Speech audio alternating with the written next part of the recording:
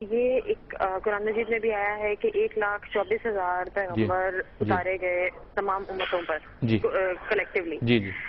خواتین کو کیوں نہیں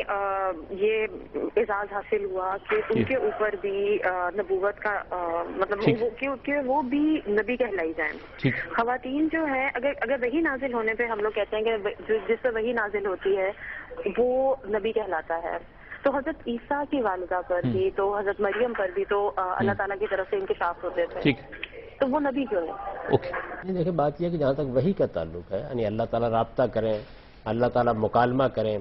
اللہ تعالیٰ کسی سے کوئی بات کہیں، تو یہ تو خواتین کے ساتھ بھی ہوا ہے. سیدنا موسیٰ علیہ السلام کی والدہ کے بارے میں اس کا ذکر آتا ہے، سیدہ مریم کے بارے میں ذکر آتا ہے، اور ممکن ہے کہ اور بھی بہت سی ایسی خواتین رہی ہوں. بلکہ اگر آپ بائبل کا مطالعہ کریں تو بائبل کے جو صحائف ہیں ان میں بہت سی ایسی خواتین کا آپ کو ذکر مل جائے گا جن کو آپ وحی یا الہام کے لحاظ سے کہہ سکتے ہیں کہ اللہ تعالیٰ سے مخاطبت اور مکالمے کا شرف ان کو حاصل ہوا ہے.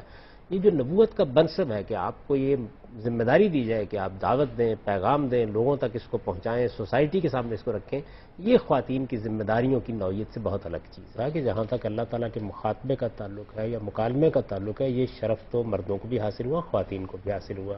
لیکن جو اجتماعی ذمہ داریاں ہیں جن کو آگے بڑھ کر ایک نبی کی حیثیت سے انجام دینا ہوتا ہے، یعنی اللہ کی حجت تمام کر دی جائے، اس میں جو مشکلات پیش آتی ہیں، جو مسائل پیش آتے ہیں، انسانوں کے ساتھ جو معاملات کرنے ہوتے ہیں،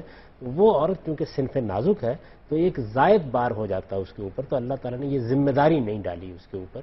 یعنی یہ چیز ایک شرف بھی ہے اور ایک بہت بڑی ذمہ داری بھی ہے. اس ذمہ داری کا تحمل آسان نہیں ہے. اللہ کے رسولوں اور نبیوں کے بارے میں یہ آتا ہے کہ وہ ہلا مارے گئے، ان کے اوپر ایسی مصیبتیں اور ایسی تکلیفیں آئیں جن کا برداشت کرنا آسان نہیں تھا. ان کو ایسی مزاحمت پیش آئی، اپنے لوگوں کے ہاں سے ہجرت کرنی پڑی، نکلنا پڑا، پھر یہ کہ بعض موقعوں کے اوپر ان کو قیادت کے فرائض انجام دینے پڑے. تو یہ سب چیزیں جو ہیں اور ذہنی لحاظ سے بعض اوقات مرد سے بہت برتر ہوتی ہے. ابھی بھی آپ دیکھیے کہ جو ہمارے یہاں تعلیمی نتائج نکلتے ہیں ان میں خواتین بعض اوقات بہت آگے چلی جاتی ہیں، لیکن وہ چیزیں کہ جن کا تعلق آپ کی قوت سے ہوتا ہے یا تحکم سے ہوتا ہے یا آپ کی طرف سے ایک طرح سے اسرٹ کرنے گھر سے باہر کی سرگرمیوں سے زیادہ ہوتا ہے، باہر کی سرگرمیاں اور اس میں ایک خاص طریقے سے ڈومینیٹ کرنا دوسروں کے اوپر، یہ چیز جو ہے یہ پیغمبروں کے لیے ناگزیر ہو جاتی ہے.